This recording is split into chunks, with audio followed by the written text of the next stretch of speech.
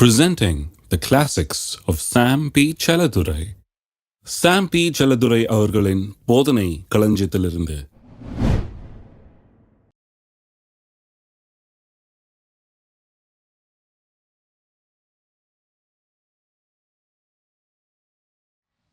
அந்த நாளிலே நீங்கள் என்னிடத்தில் ஒன்றும் கேட்க மாட்டீர்கள், மெய்யாகவே நான் உங்களுக்கு சொல்லுகிறேன், நீங்கள் என் நாமத்தினாலே பிதாவினிடத்திலே கேட்டுக்கொள்வது எதுவோ அதை அவர் உங்களுக்கு தருவார்.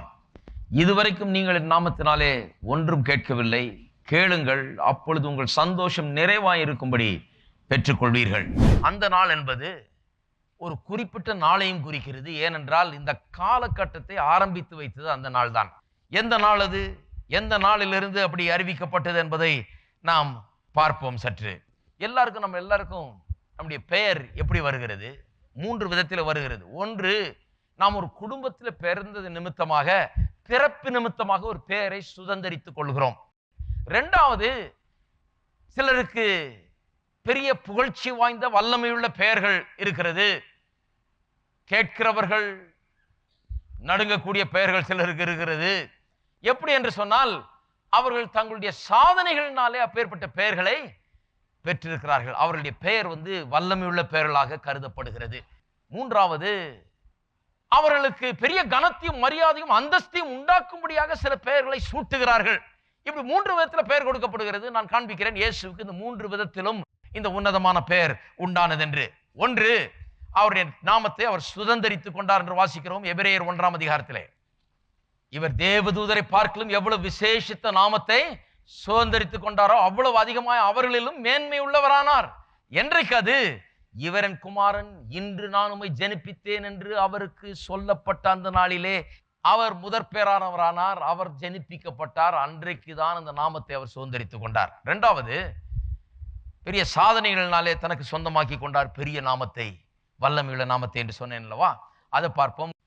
துரைத்தனங்களையும் அதிகாரங்களையும் முறிந்து கொண்டு வெளியரங்கமான கோலமாக்கி அவைகளின் மேல் சிலுவையிலே வெற்றி சிறந்தார். இயேசு என்ன பண்ணாராம்? பிசாசின் சக்திகளை உரிந்து கொண்டு அவைகளை ஒன்றுமில்லாமல் ஆக்கி தம்முடைய வெற்றியை நிலைநாட்டி பாதாளத்தின் வாசல்களின் திறவுகோலை எடுத்துக்கொண்டு அங்கே பாதாளத்திலே அவர் வெற்றி ஊர்வலம் வந்தாராம். வெளியரங்க கோலமாக்கினா அங்கே வெற்றி ஊர்வலமே நடந்திருக்குது. ஒலிம்பிக் கேம்ஸ்ல நடக்கிற மாதிரி ஒரு ரவுண்ட் அடிச்சிருக்கிறாரு. இயேசுவை பாதாளத்துக்கு தெரியும். பாதாளத்திலே இந்த நாமத்தை காட்டிலும் மேலான நாமம் இல்லை. இந்த நாமத்தை பாதாளத்தின் சக்திகள் கேட்டவுடனே நடுங்குகின்றன. 3வதாக, அவருக்கு சூட்டப்பட்ட நாமம், அவருக்கு கனத்தையும் மரியாதையும் கொடுப்பதற்காகவே இந்த நாமம் அவருக்கு சூட்டப்பட்டது. பிலிப்பியர் 2ஆம் அதிகாரத்தை வாசிப்போம். 6ஆம் வசனத்திலிருந்து வாசிக்கிறேன். அவர் தேவனுடைய ரூபமாயிருந்தும் தேவனுக்கு சமமாயிருப்பதை கொள்ளையாடின பொருளாக எண்ணாமல் தம்மை தாமே வெறுமையாக்கி அடிமையின் ரூபம் எடுத்து மனுஷர் சாயலானார். அவர் மனுஷ ரூபமாய் காணப்பட்டு மரண பரியந்தம், அதாவது சிலுவையின் மரண பரியந்தமும் கீழ்ப்படிந்தவராகி தம்மை தாமே தாழ்த்தினார். ஆதலால், இப்ப கவனிங்க, தேவன் எல்லாவற்றிற்கும் மேலாக அவரை உயர்த்தி இயேசுவின் நாமத்தில் வானோர் பூதலத்தோர் பூமியின் கீழானோருடைய முழங்கால் யாவும் முடங்கும்படிக்கும் பிதாவாகிய தேவனுக்கும் மகிமையாக இயேசு கிறிஸ்து கர்த்தர் என்று நாவுகள் யாவும் அறிக்கை பண்ணும்படிக்கும் எல்லா நாமத்திற்கும் மேலான நாமத்தை அவருக்கு தந்தருளினார், அவருக்கு சூட்டினார். ஏன்? இந்த குமாரன் மேல் அவ்வளவு பிரியமாயிடுச்சு. ஏன்? அவர் தேவனுக்கு சமமானவராயிருந்தும் மாம்சரூபம் எடுத்து இந்த பூலோகம் வரை வந்து இந்த மாம்ச ரூபத்துக்கு தன்னை ஆளாக்கி, அது மட்டுமில்லாமல் கல்வாரி சிலுவையின் மரண பரியந்தம் பிதாவாகிய தேவனை பிரியப்படுத்தும்படியாக அவருக்கு கீழ்ப்படிந்து அவருடைய சித்தத்தை செய்தபடினாலே பிதாவாகிய தேவன் பார்க்கிறார், இவர் தான் என்னுடைய குமாரன், இவர் பேலதான் நான் பிரியமா இருக்கிறேன். என்னுடைய சித்தத்தை செய்கிற மனுஷன் இந்த பூமியில இந்த ஒரு மனுஷன் தான். பூமி முழுக்க இப்படி ஒரு மனுஷனை பார்க்க முடியாது. பிதாவுடைய சித்தத்தை பூர்ணமாய் செய்கிற மனுஷன். எந்த அளவுக்கு செய்கிற மனுஷன்? மரணமானா கூட அது பிதாவுடைய சித்தமா இருந்தா அதை நான் செய்யறேன்ற ஒரு மனுஷன். அப்பேற்பட்ட மனுஷன் மேல பிரியமாகி தேவன் இந்த மனுஷனுக்கு உலகத்திலே எவருக்கும் இல்லாத கனமும் மரியாதையும் கொடுக்கும்படியாக, பரலோகத்திலே எவருக்கும் இல்லாத கவனத்தையும் மகிமையும் மரியாதையும் கொடுக்கும்படியாக, பாதாளத்திலும் எவருக்கும் இல்லாத கனத்தையும் மகிமையும் மரியாதையும் கொடுக்கும்படியாக இந்த குமாரன் மேல் பிரியமாகி எல்லா நாமத்திற்கும் மேலான நாமத்தை தந்தருளினார். வானத்திலும் பூமியிலும் பூமிக்கு கீழானோர் மத்தியிலும் மேலான நாமத்தை கொடுத்தார். ஏன்? எல்லா முழங்கால்களும் முடங்க வேண்டும், எல்லா நாவுகளும் முழங்க வேண்டும், இவர் ஆண்டவர் என்று.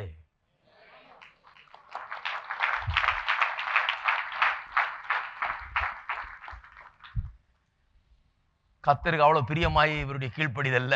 கர்த்தர் என்ன சொன்னார்? பெரிய அந்தஸ்தையும் மரியாதையும் இவருக்கு கொடுக்க போறேன். உலகத்திலே எவருக்கும் இல்லாத அந்தஸ்து மரியாதை, பரலோகத்திலே எவருக்கும் இல்லாத அந்தஸ்து மரியாதை, பாதாளத்திலே எவருக்கும் இல்லாத அப்பேற்பட்ட உயர்வான ஒரு நாமத்தை இவருக்கு நான் தரப்போறேன் என்று சொல்லி கொடுத்தார் என்று வேதவசனத்தில் வாசிக்கிறோம்.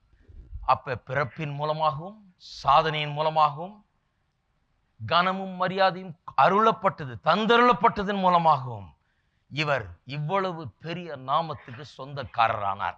இப்போதான் பாயிண்ட்டுக்கு வர்றோம். இப்போ சொன்னதெல்லாம் பேக்ரவுண்டு தான். இவ்வளவெல்லாம் பண்ணாரு, இவ்வளவு பெரிய நாமத்தை இவர் கொடுத்தாரு, இவ்வளவு பெரிய அந்தஸ்தையும் உயர்வையும் கொடுத்தார். வானத்திலும் பூமியிலும் பூமியின் கீழானோர் பாதாளத்தின் மத்தியிலும் உயர்ந்த நாமத்தை, எல்லா நாமத்துக்கு மேலான நாமத்தை இவர் கொடுத்தாரு. ஏன் இது நடந்தது? ஏன் கொடுக்கப்பட்டது? இவ்வளவு பெரிய அதிகாரமும் வல்லமையும் உயர்வும் இந்த நாமத்திற்கு ஏன் கொடுக்கப்பட்டது?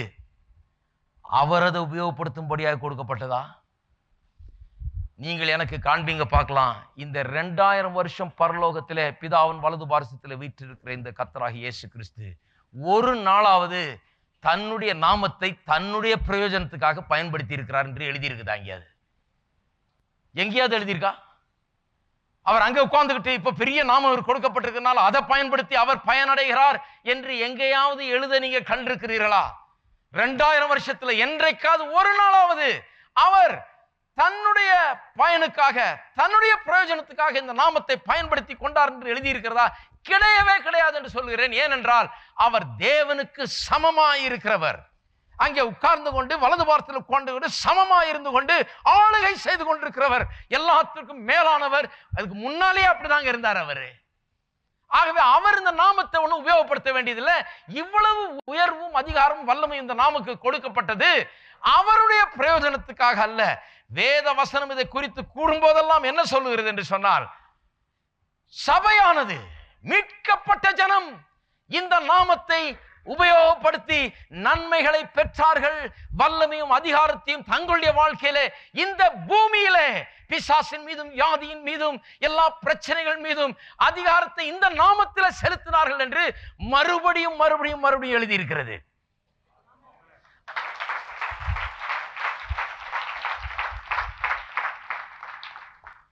ஆகவே நான் உங்களுக்கு சொல்லுகிறேன், இந்த நாமம் இவ்வளவு கஷ்டப்பட்டு ஆண்டவர் இவ்வளவு பெரிய நாமத்தை இவருக்கு கொடுத்தது, இவ்வளவு பெரிய உயர்வை அந்தஸ்தை இவருக்கு உண்டாக்கி இவ்வளவு உயர்வாக இவருடைய நாமத்தை வல்லமை உள்ள அதிகாரம் உள்ள நாமமாக ஏற்படுத்தினது எதற்கு என்று நான் சொல்லுகிறேன், நமக்கு பிரயோஜனமாக இருக்கும்படி.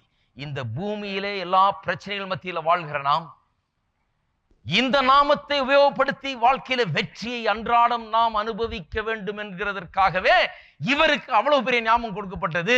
அவர் சொல்றாரு, என் நாமத்தினாலே நீங்கள் பிசாசுகளை துரத்துவீர்கள், என் நாமத்தினாலே வியாதியஸ்தர்கள் மீது கை வைப்பீர்கள், என் நாமத்தினாலே என்னுடைய அதிகாரம் உங்களுடைய அதிகாரமாக மாறிவிடுகிறது. என் நாமத்தை சொல்லும் போது நானே அங்க நிற்கிறது போல ஆகிவிடுகிறது. என் நாமம் உங்கள் வாயிலிருந்து வந்தால், ரட்சிக்கப்பட்ட விசுவாசியா இருந்தால், ரத்தத்தால் கழுவப்பட்ட விசுவாசியா இருந்தால், என் நாமம் உங்களுடைய வாயிலிருந்து வந்தால் நானே அங்க வந்து விட்டதாக எண்ண வேண்டும். அவ்வளவுதான்.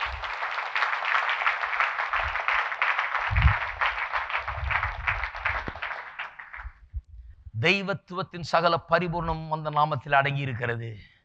நித்தியமாக உள்ள சகல ஐஸ்வர்யமும் இந்த நாமத்திலே அடங்கி இருக்கிறது. எல்லா நாமத்துக்கும் மேலான நாமம், வானத்திலும் பூமியிலும் பூமிக்கு கீழானோர் மத்தியிலும் உயர்ந்த நாமம். நீங்கள் பரலோகத்துக்கு சென்று எங்கும் தேடி பார்க்கலாம். சர்வ வல்லமையும் மகிமையும் நிறைந்திருக்கிற அந்த பரலோகத்திலே, தேவனுடைய வாசஸ்தலத்திலே அங்க போய் பார்த்தா கூட இந்த நாமத்தை விட மேலான நாமத்தை அங்கே கண்டுபிடிக்கவே முடியாது. இதுதான் அங்கேயும் உயர்ந்த நாமம். இந்த பாதாளம், பிசாசின் சக்திகள் இருக்கும் இடத்தில், அந்தகாரத்தின் சக்திகளின் அந்த அந்தகாரத்தின் ராஜ்யத்துக்குள்ளே சென்று மூளை முடுக்கெல்லாம் தேடினா கூட இந்த நாமத்திற்கு ஒப்பான நாமம், இதற்கு ஈடான நாமம், இந்த நாமத்துக்கு நடுங்காத நாமம் ஒன்றை கண்டுபிடிக்கவே முடியாது. அங்கே இந்த நாமத்தை போல மேலான நாமம் ஒன்றும் கண்டுபிடிக்கவே முடியாது. இந்த பூலோகத்திலே பெரிய பெரியவர்களாம் இருக்கிறாங்க, வல்லமை மிக்க நாடுகள் இருக்கிறது, அதன் அதிபதிகள் இருக்கிறார்கள், தலைவர்கள் இருக்கிறார்கள், பெரிய மனிதர்கள், ராஜாக்கள் இருக்கிறார்கள், அதிபர்கள் இருக்கிறார்கள், ஞானிகள் இருக்கிறார்கள். ஆனால் இப்பேற்பட்ட வல்லமை உள்ள நாமத்தை இந்த பூமி முழுக்க எங்கும் நீங்க கண்டுபிடிக்கவே முடியவே முடியாது. ஆமென்.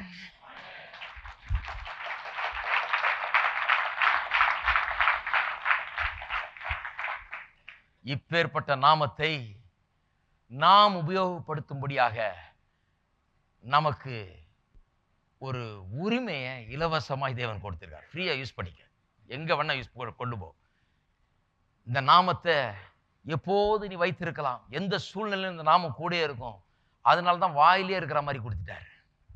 போய் எடுத்துட்டு வர வேண்டியதில்லை, எங்கேயும் போகும்போதெல்லாம் அது ஆட்டோமேட்டிக்காக கூடயே வந்துடுது. இது எல்லா சூழ்நிலையிலும் இது கூடவே இருக்கிறது. அதனால தான் பாருங்க, கர்த்தர் வாயில வைக்கிறார் இது வார்த்தை, அதனால தான் வாயில வைக்கிறாரு. இயேசுவின் நாமம் நாவினால் உச்சரிக்கப்பட வேண்டிய ஒன்று. நம்முடைய சத்துருக்களுக்கு நேராக இந்த நாமத்தை நாம் உபயோகப்படுத்தலாம். இயேசுவின் நாமம் வல்லமையுள்ள நாமம். நமக்கு எதிராக எழும்புகிற ஆயுதங்களை ஒன்றுமில்லாமலாக்க இந்த நாமத்தை நாம் உபயோகப்படுத்தலாம். என்னுடைய ஜெபத்திலே நான் விண்ணப்பிக்கும் போது இந்த நாமத்திலே நான் கேட்டால் பரலோகம் எனக்கு தலை வணங்குகிறது, பரலோகம் எனக்கு மரியாதை செலுத்துகிறது, பரலோகம் என்னை கனத்தோடும் மரியாதையோடும் பார்க்கிறது. என்னுடைய ஜெபத்திற்கான பதில்களை பரலோகம் உண்டாக்குகிறது. இந்த நாமத்தை நான்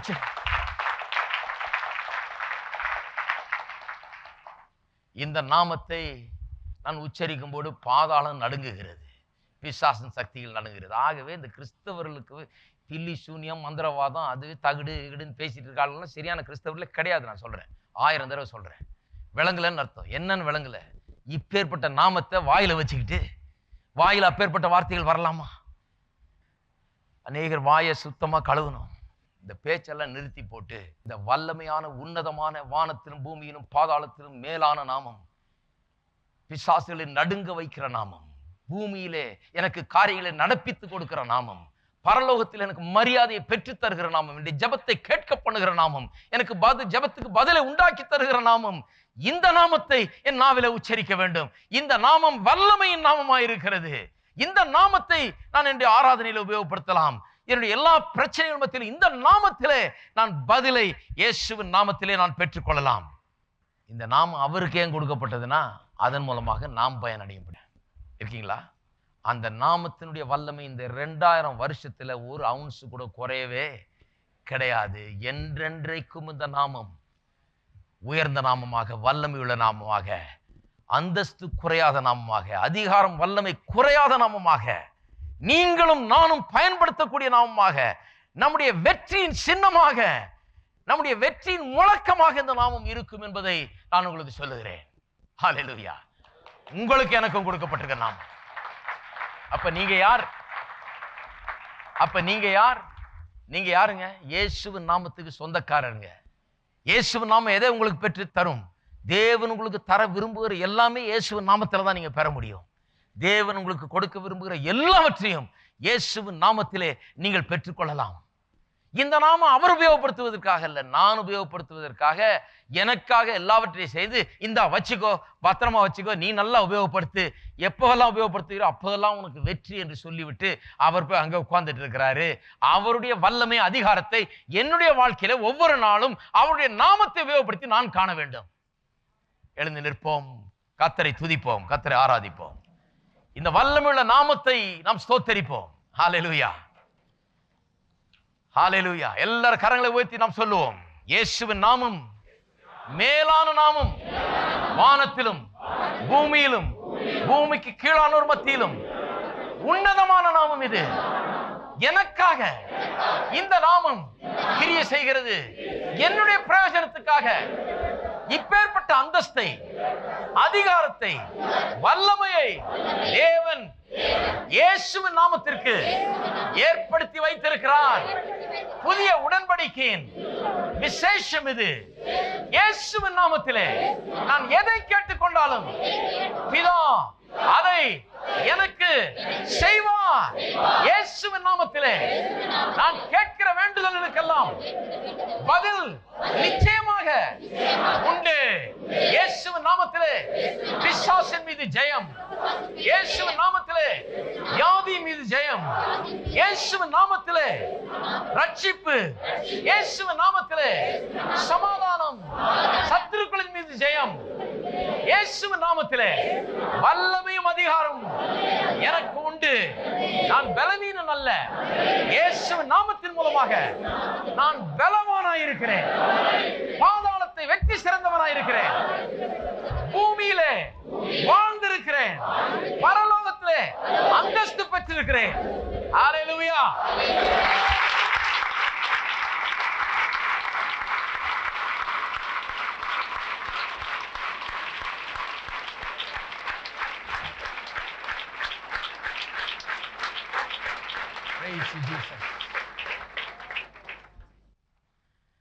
அப்ப இயேசுவின் நாமத்திலே ஜெபிக்கிறதுன்னு என்னன்னு பேச போறோம். நம்ம அதுக்கு அடிப்படை தான் இது.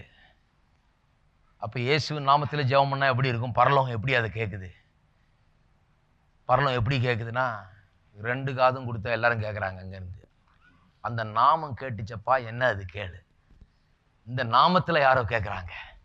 இந்த வானத்திலேயே உயர்ந்த நாமம், பரலோகத்திலேயே மேலான நாமத்திலே யாரோ கேட்டுக்கொண்டிருக்கிறார்கள்.